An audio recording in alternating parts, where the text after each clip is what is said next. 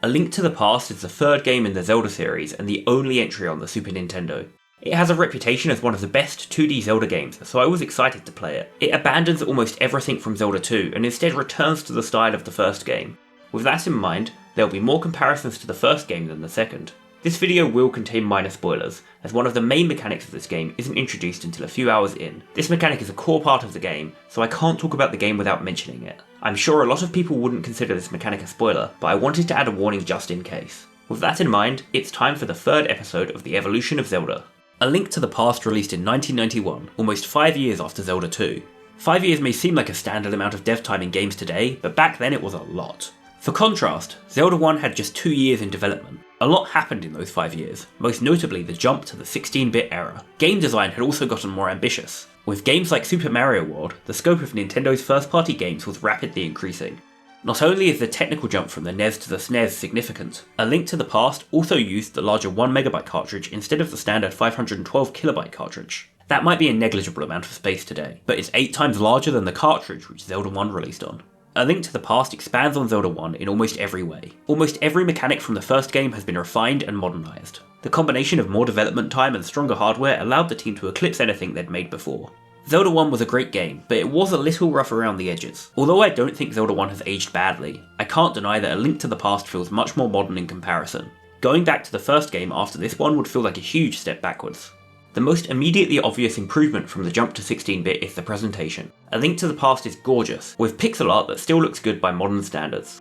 The game has a stylised look, with varied visuals and great art throughout. The game's fantastic art direction makes it punch well above the SNES's weight. Where dungeons and other areas in Zelda 1 all just used a different palette, in this game most areas have their own tile set and theme. While this might sound superficial, the aesthetic improvements give the world flavour. Everything looks and feels distinct, making for a more memorable world. The music is also fantastic. The OST features many rearranged versions of Zelda 1's music, as well as some entirely new tracks. I didn't notice any Zelda 2 music in this game, which isn't surprising, considering Koji Kondo wasn't involved in that game.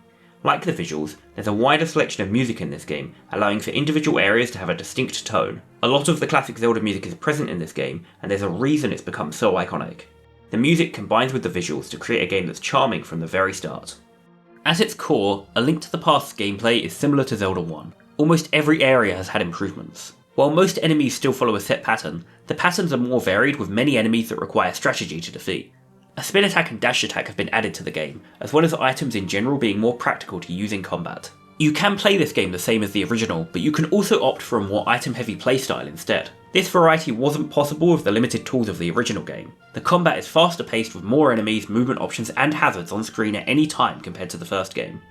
The biggest improvements come from the overworld, dungeons and story. I'll get to those later. If you've played Zelda 1, A Link to the Past will be familiar, but the scope has been greatly expanded.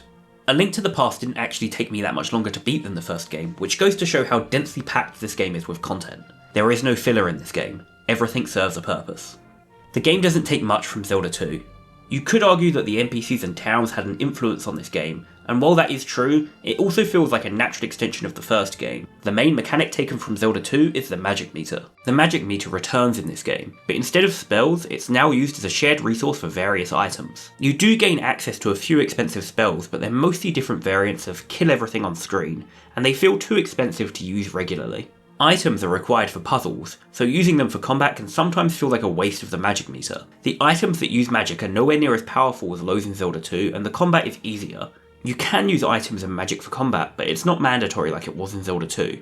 If you do want to use magic for combat, you'll need to pay more attention to the meter. If you just want to use the items for puzzles, then you can mostly ignore the resource management. Most of the items from Zelda 1 return, and have been improved in some way. The bow uses arrows instead of rupees, and since you get a lot of arrows, you're encouraged to use it liberally. The flute allows fast travel like the recorder in Zelda 1, but it's more useful in this game with the larger map. Fast travel is also more user-friendly, as you can pick which spot to warp to instead of needing to cycle through every area.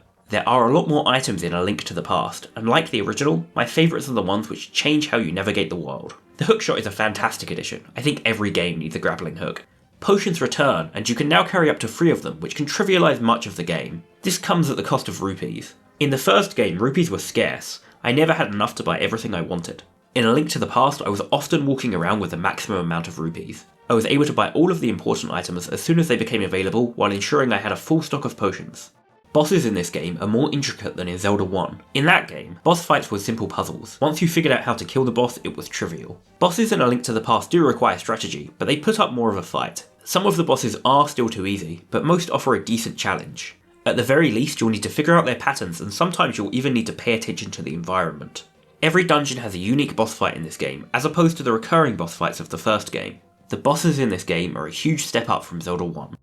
A Link to the Past is more linear than the first game. You now have a world map with markers telling you where to go next. This might sound like streamlining, but the world is much bigger than the original, and if you weren't told where to go, you'd spend a lot of time aimlessly walking around.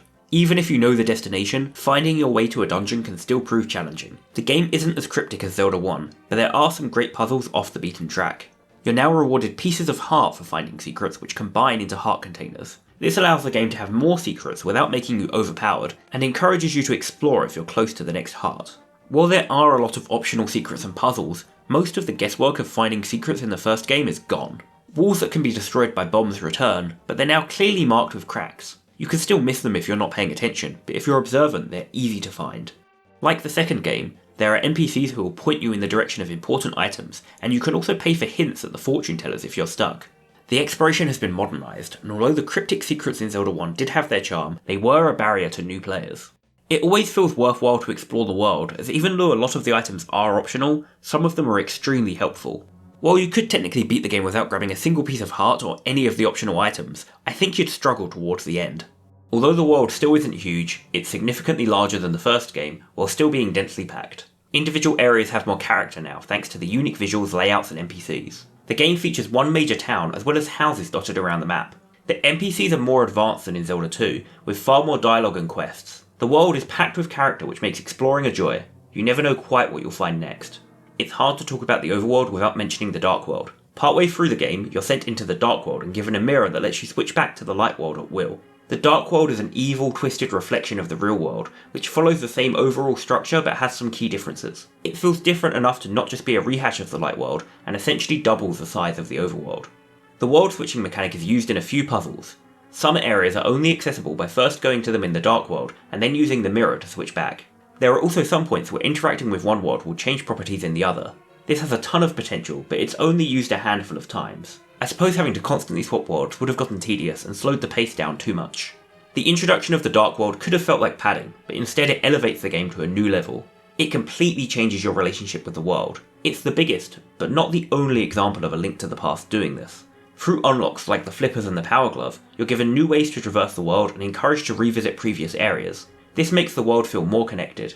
In Zelda 1, there are a lot of places you only went to once, but in A Link to the Past, there's always an incentive to revisit previous areas. The game uses its world efficiently to get multiple uses out of each area. This might sound like tedious backtracking, but it is mostly optional.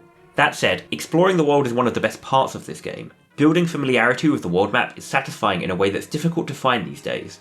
As worlds have gotten bigger, it's gotten harder and harder to explore every inch of them. By the end of the game, you know the world like the back of your hand in a way that you just wouldn't if it was 10 times larger. The classic Zelda games use every inch of their worlds to the fullest, and I'm interested to see if they manage to continue this as the games get bigger.